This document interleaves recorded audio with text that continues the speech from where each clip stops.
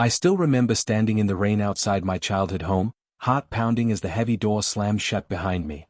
My family had disowned me, just like that, for choosing to adopt my best friend's baby.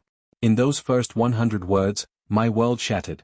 Years of silent sacrifice, endless nights of care, and the desperate hope that love could overcome judgment, all dismissed with a single, searing verdict.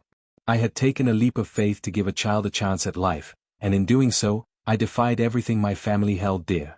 Little did I know that this painful act of love would soon be appended by an unexpected twist, the arrival of the baby's biological father. It all began during a tumultuous period in my life when my best friend, Julia, found herself overwhelmed by circumstances she never could have predicted. We'd been inseparable since childhood, a bond forged over shared secrets, dreams, and countless hours spent talking about the future. But life had taken us down very different paths. While I had always chosen stability and quiet ambition, Julia's life had become a series of chaotic, unpredictable events. When she became pregnant, her world spun out of control. Unable to provide for her child and forced to confront a future she wasn't prepared for, she made the agonizing decision to let me adopt her baby, a decision that came with promises of eventual reconciliation and hope that one day, we'd all be a family again. I remember the conversation vividly. It was a chilly evening, and we sat on a worn-out bench at our favorite park, the one where we'd shared our dreams as kids. Julia's eyes were red-rimmed from tears, her voice trembling as she confessed, "I don't have the strength to raise this baby. I trust you more than anyone, I know you'll love and care for him as your own." In that moment, I felt both a surge of purpose and a deep, unsettling fear. I knew that adopting her baby meant defying not only societal expectations but also the deeply ingrained beliefs of my own family. Yet, the thought of giving a child the love and stability he deserved outweighed every personal doubt I had. After many sleepless nights of deliberation, I took the plunge. I went through the legal labyrinth of adoption procedures, faced endless interviews, and overcame countless obstacles that seemed designed to discourage me from making this life-altering decision. I was driven by a single, unwavering thought: every child deserves a chance at a loving home. When the adoption was finally finalized, I felt as if I'd stepped into a new chapter, a chapter marked by hope, responsibility, and a defiant assertion of my own values. But the celebration of my decision was short-lived.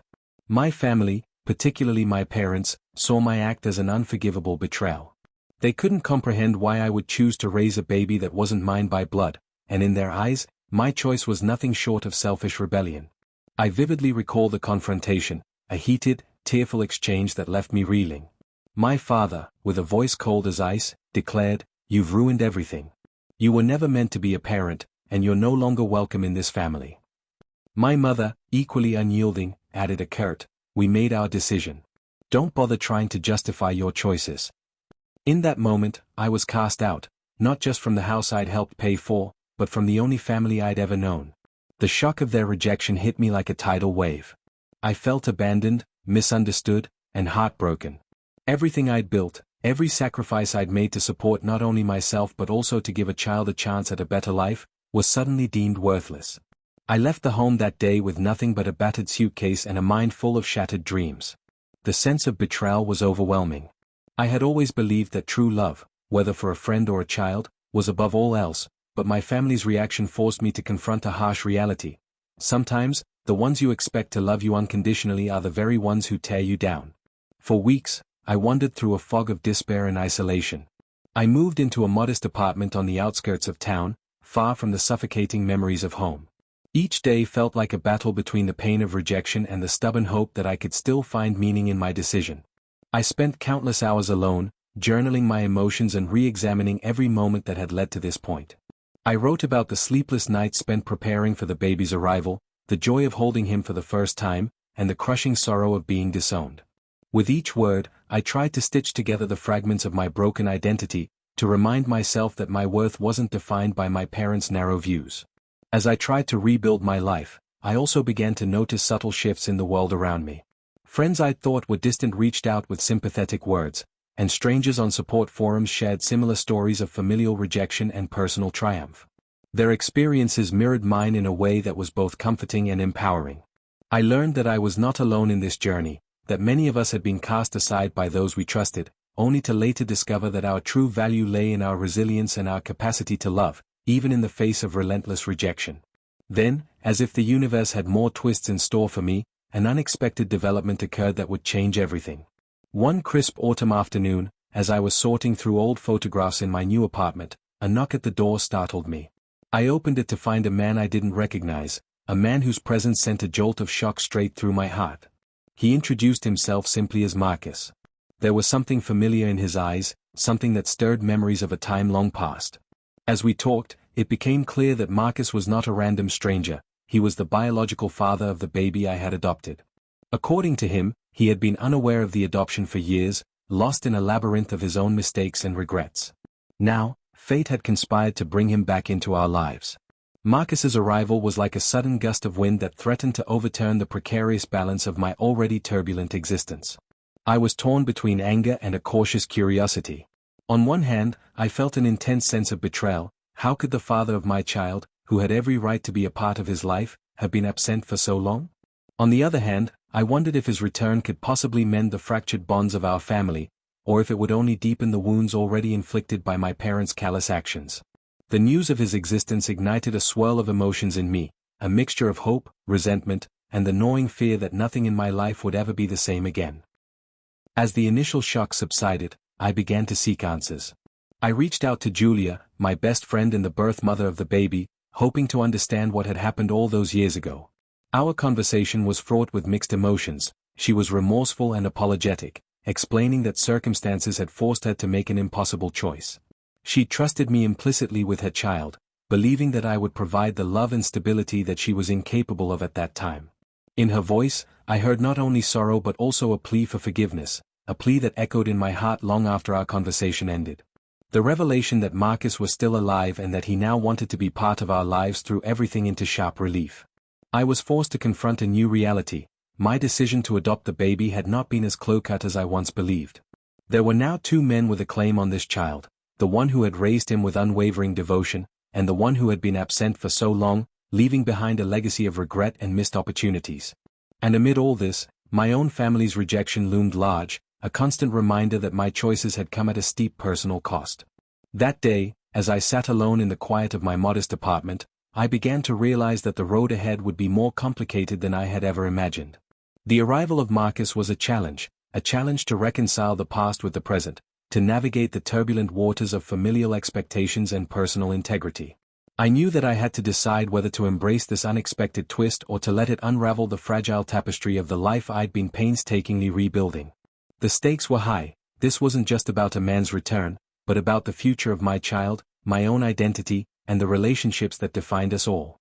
In that moment, as dusk turned to night and the city lights flickered on one by one, I resolved to confront the situation head-on.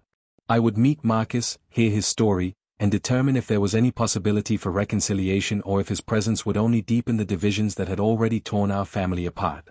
I would also have to face my parents and the painful reality of their continued favoritism, a reality that had left me feeling abandoned and undervalued. The path ahead was shrouded in uncertainty, but I knew one thing for sure: I could no longer hide in the shadows of rejection. I was ready to face the storm, to sift through the debris of betrayal, and to build a future that honored the love I had for my child and for myself. That evening, as I closed my journal and looked out over the quiet cityscape from my window, I felt the weight of the coming days pressing on me. I was standing at a crossroads. One path led to the unknown reunion with Marcus, and the other to the continued silence and isolation of my estranged family. With a deep, steadying breath, I decided that it was time to take the next step, to confront the ghosts of my past and the uncertainties of the future with courage and an open heart. I knew that the journey ahead would be long and fraught with painful decisions, but I also believed that every challenge was an opportunity to redefine what family truly meant to me. In the weeks that followed that earth-shattering day, my life became a turbulent sea of introspection, resentment, and cautious hope. I had been grappling with the fallout of being disowned by my family, the painful, public rejection for choosing to adopt my best friend's baby. Every day felt like a quiet battle between the remnants of heartbreak and the slow, stubborn ember of resolve that refused to die. I locked myself away in the sparse comfort of my new apartment, spending long hours pouring my thoughts into a journal. I questioned everything I'd ever believed about loyalty, family, and sacrifice. Yet, even as I struggled to piece together the shattered fragments of my identity, life was preparing to hurl one more twist my way. It happened on an unremarkable afternoon when I was sifting through old photographs in a dusty box, a box filled with memories of happier times when our family was a cohesive unit. There was a knock at the door that echoed through the silent apartment like a distant drum. I opened the door to find a man standing there, someone I didn't expect to see after so many years. His name was Marcus, and the look in his eyes was equal parts remorse and determination. As soon as he spoke, the room seemed to shrink, and the familiar knot of anxiety tightened in my chest. He revealed that he was the biological father of the baby I had adopted, a fact that, until that moment, I had never known. The news hit me like a sledgehammer. In that brief exchange, the gravity of all that had transpired over the past few years shifted dramatically. My best friend Julia, whose own life had spiraled into chaos, had entrusted me with her child, believing I could provide the stable love she felt unable to offer. 4 years, I had nurtured that child as my own, filling his days with care, comfort, and the hope that I might someday be recognized as more than just an adoptive parent. Now, Marcus's sudden appearance shattered the carefully constructed narrative of my life. I felt a swell of conflicting emotions, anger at the secrets kept from me, betrayal at the betrayal of trust, and a hesitant curiosity about this man who had inexplicably re-entered our lives. Marcus explained that he had been lost in his own struggles, overwhelmed by personal demons and a life gone astray. Until recently, he hadn't even known that his child was alive. His absence had been as complete as a ghost story, leaving behind a legacy of regret and missed opportunities. As he spoke, I saw genuine sorrow in his eyes, a sorrow that mirrored my own inner turmoil. I couldn't help but wonder, would his return mend our fractured family, or would it further complicate the already tangled web of loyalties and expectations? In the days after our first conversation, I oscillated between resentment and reluctant empathy. I wasn't sure if I could ever forgive Marcus for not being there, for not playing a part in our child's life from the beginning.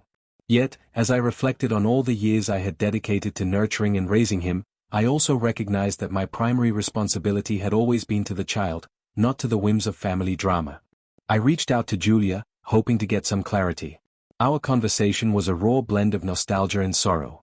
She admitted that circumstances had forced her to make a heart-wrenching decision at the time, and that Marcus had been absent long before I ever became involved. Her voice was laced with regret, and in that moment, I felt both vindicated and utterly conflicted. The revelation of Marcus's existence ignited a spark of fierce determination within me, to protect the life I had built, to shield the child from further heartbreak, and to confront the family dynamics that had long been steeped in favoritism and secrecy. I spent many nights pacing the floor of my apartment, the rhythmic hum of the city outside serving as a backdrop to my internal debates. Should I try to integrate Marcus into our lives, or should I guard the sanctity of the life I had meticulously constructed? Every decision felt weighted with implications, not just for me, but for the child I loved more than words could say. To gain some perspective, I began attending therapy sessions with a counselor who specialized in complex family dynamics. In our sessions, I poured out my confusion, anger, and the overwhelming sense of betrayal that had taken root in my soul. My therapist, Dr. Lillian Hart, encouraged me to explore my own feelings without judgment, to understand that my pain was valid, and that forgiveness was not about absolving Marcus of his past, but about freeing myself from the endless cycle of resentment. Through our discussions, I started to see that my journey was not just about accepting a new reality, but about redefining what family meant to me. It wasn't about bloodlines or inherited legacies, it was about the love, stability, and trust we built every day. In parallel with my emotional healing, I began to carefully assess the practical implications of Marcus's return. I scheduled a meeting with him at a quiet cafe, a neutral ground where we could talk without the weight of family expectations looming over us. Over cups of strong coffee, we shared our stories, his tale of a lost decade filled with regret and missed chances, and mine, a story of silent sacrifice and steadfast love. The conversation was awkward at first, laden with pauses and unspoken questions. But as the minutes turned to hours, I found myself softening. Marcus expressed a deep remorse for not being there from the start and admitted that he wanted to rectify the mistakes of the past, not just for his own redemption, but for the sake of the child we both cherished. The sincerity in his voice, combined with the vulnerability in his eyes, stirred something inside me.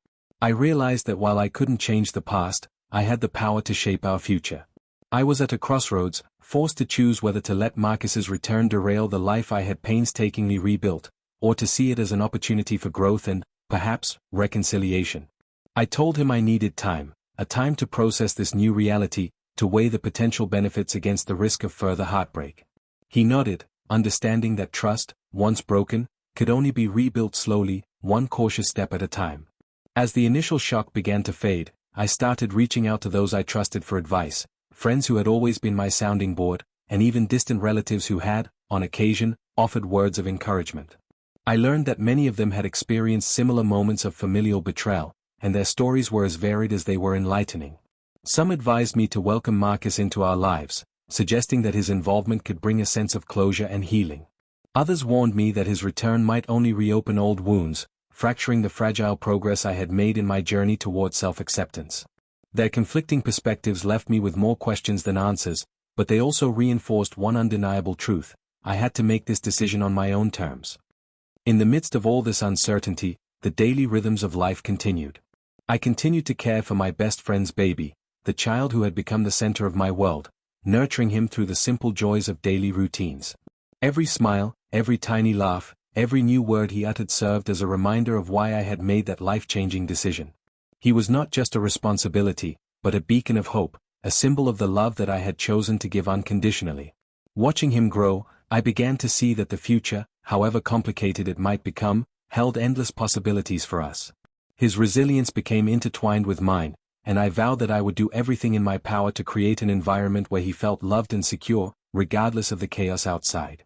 As the days stretched into weeks, I slowly began to integrate Marcus's presence into my life. We met sporadically, sometimes for a quiet coffee, other times for a walk in the park. Each meeting was a delicate dance of tentative trust and guarded optimism. I found myself gradually opening up to him, learning about the man he had become through the lens of regret and redemption. He shared stories of his own upbringing, the mistakes he'd made, and the lessons he had learned from a decade of absence. In his vulnerability, I recognized a kindred spirit, someone who had faced his own demons and was now seeking a way to make amends. Yet, as much as Marcus's story resonated with me, I couldn't ignore the fact that his arrival had thrown our carefully built equilibrium into disarray. I was painfully aware that my decision would have far-reaching implications, not just for me, but for the child, and even for the remnants of our family that still clung to old loyalties. I spent long nights weighing my options, considering what it would mean to allow him a role in our lives, and what it might cost me in terms of trust and stability. I confided in Dr. Hart about these fears, and she encouraged me to look at the situation with clarity. Remember, your child's well-being is paramount. Any decision you make should be about creating a safe, loving environment for him, and about honoring the love you have for him. Let that be your guiding principle. Armed with that wisdom, I began to draw clear boundaries. I communicated to Marcus that while I was willing to explore a relationship with him for the sake of our child, it would have to be on terms that respected the stability I had worked so hard to create. I made it clear that my priority was to ensure that my child received all the love and care he deserved, and that any involvement on his part would need to contribute positively to that environment. Marcus, for his part, expressed understanding, albeit with a tinge of sadness for the years lost. He promised to respect my terms and to take things slowly, one cautious step at a time. As I navigated these uncharted waters, I found that my journey was not just about reconciling the past with the present, it was also about redefining what family meant to me. I began to question long-held beliefs about loyalty, obligation, and the nature of love. I realized that family isn't solely determined by blood or shared history, it's built on the choices we make and the values we uphold every day. This revelation was both empowering and liberating, and it slowly began to reshape my outlook on life. I started dedicating more time to self-care, exploring activities that nourished my mind, body, and soul. I took up yoga, which became a sanctuary of calm amid the chaos. The discipline of stretching, breathing, and moving slowly allowed me to reconnect with my inner self, something I had neglected for far too long. In those quiet sessions, I learned to let go of the pain and to embrace the possibility of a new beginning, one where every setback was just a stepping stone to growth. Professional life, too, began to take on a new rhythm. I resumed work with a renewed sense of purpose, focusing on projects that allowed me to channel my creative energy and innovation. The skills I had honed over years of dedication were still valuable, and every new challenge at work reminded me that my worth wasn't tied to the opinions of my estranged family. Every success at the office was a small victory, a reaffirmation that I was capable, resourceful, and ready to take on the world. In the midst of rebuilding my professional and personal life, I also made a conscious effort to mend some of the relationships that had been fractured by the family feud. I reached out to relatives who had always been there for me, those who never sided with favoritism, and slowly reconnected with old friends whose unwavering support had been a lifeline in my darkest moments. Their kindness and understanding reminded me that even when family disappoints, genuine connections can be found in unexpected places.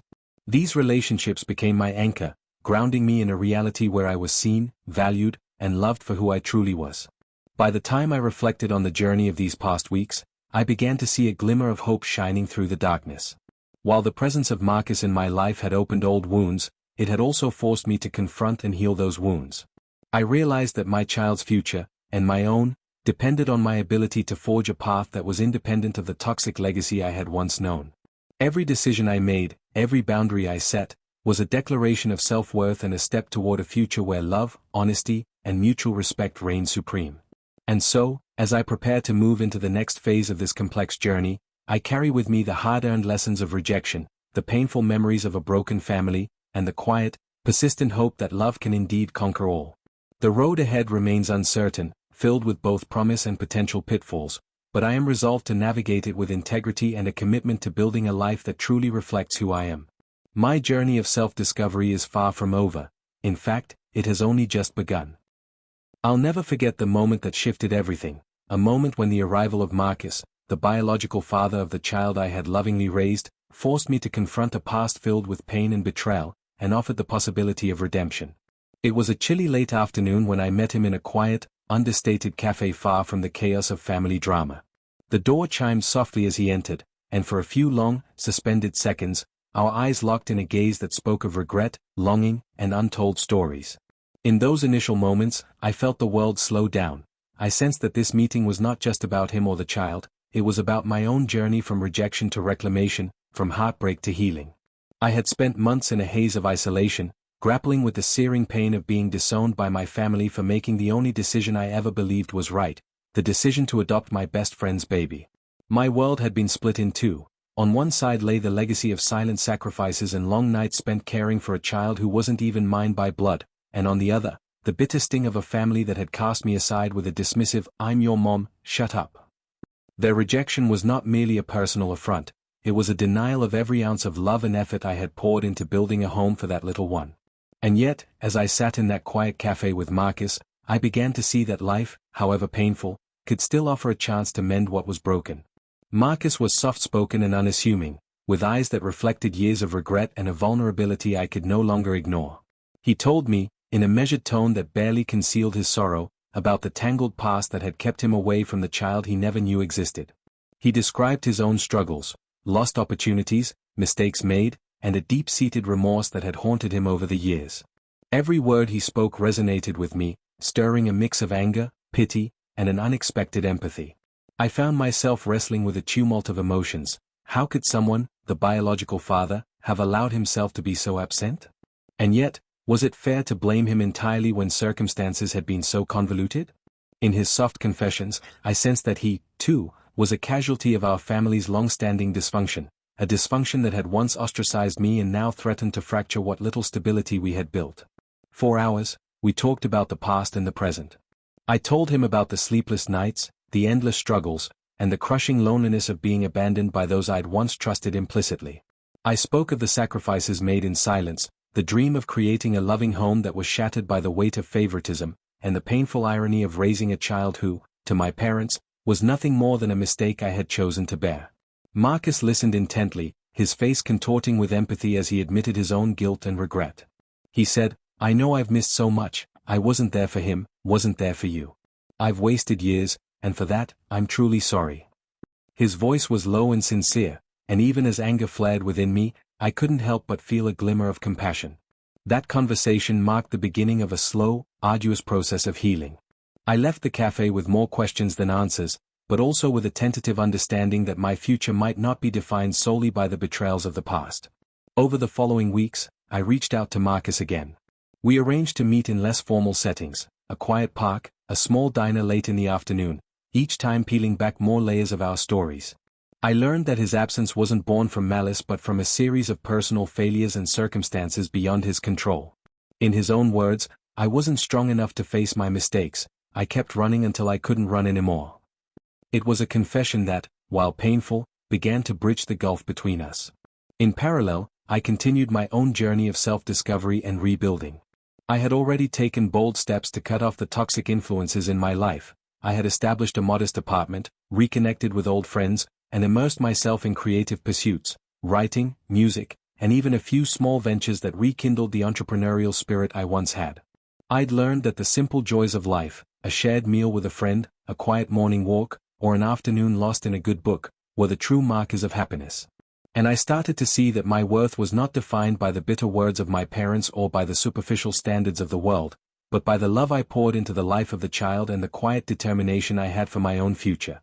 Every evening, as I sat on my apartment's balcony, the cool night air wrapping around me like a protective cloak, I revisited the memories of that day when I was disowned.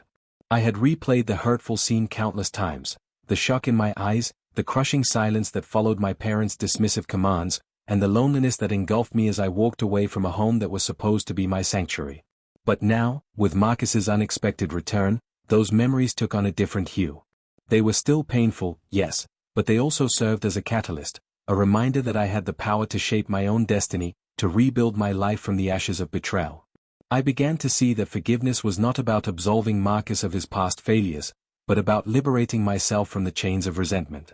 It was a slow, sometimes agonizing process. In therapy sessions with Dr. Hart, I learned to articulate my pain, to confront the deep-seated wounds that had festered for years.